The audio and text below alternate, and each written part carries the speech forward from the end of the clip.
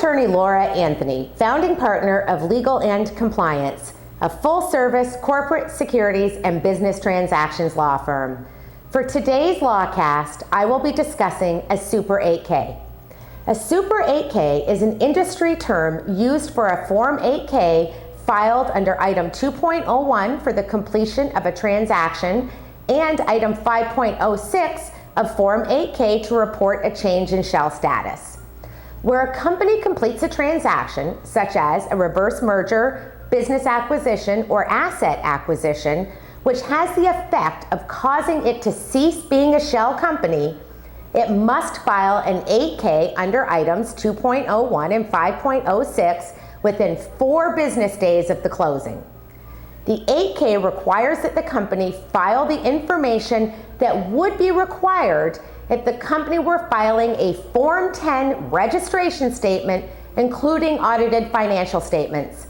In other words, a Super 8K is an 8K with a Form 10 registration statement included inside. The SEC guidance on a Super 8K is in the form of a summary of common SEC staff comments in response to filings.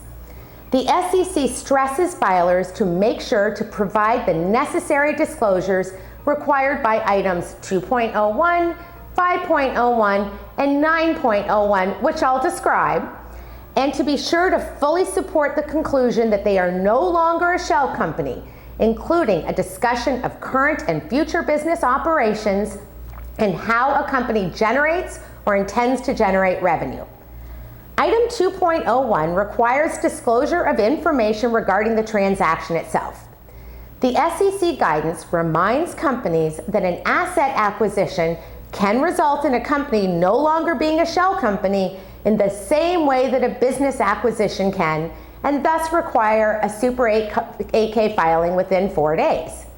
The SEC specifically states, "We frequently remind companies that Instruction 2 to Item 2.01 makes clear that the term acquisition includes every purchase, acquisition by lease, exchange, merger, consolidation, succession, or other acquisition.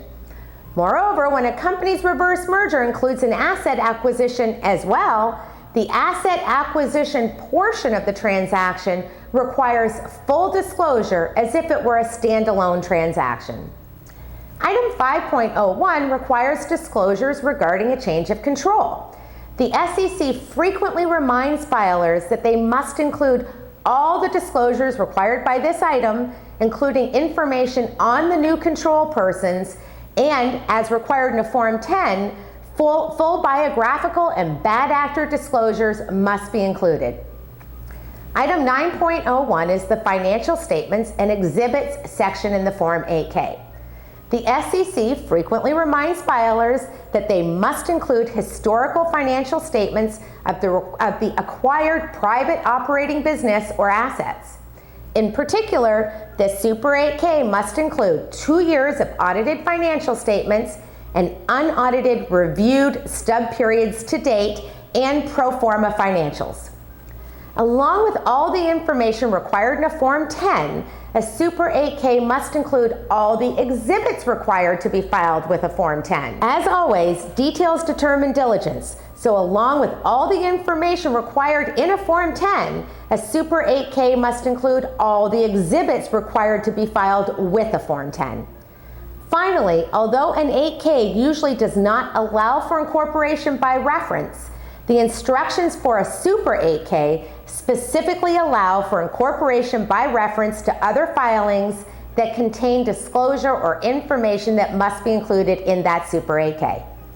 I'm securities attorney Laura Anthony, founding partner of Legal and Compliance. Should you have any questions about today's topic, please visit securitieslawblog.com and lawcast.com or contact me directly. Inquiries of a technical nature are always encouraged.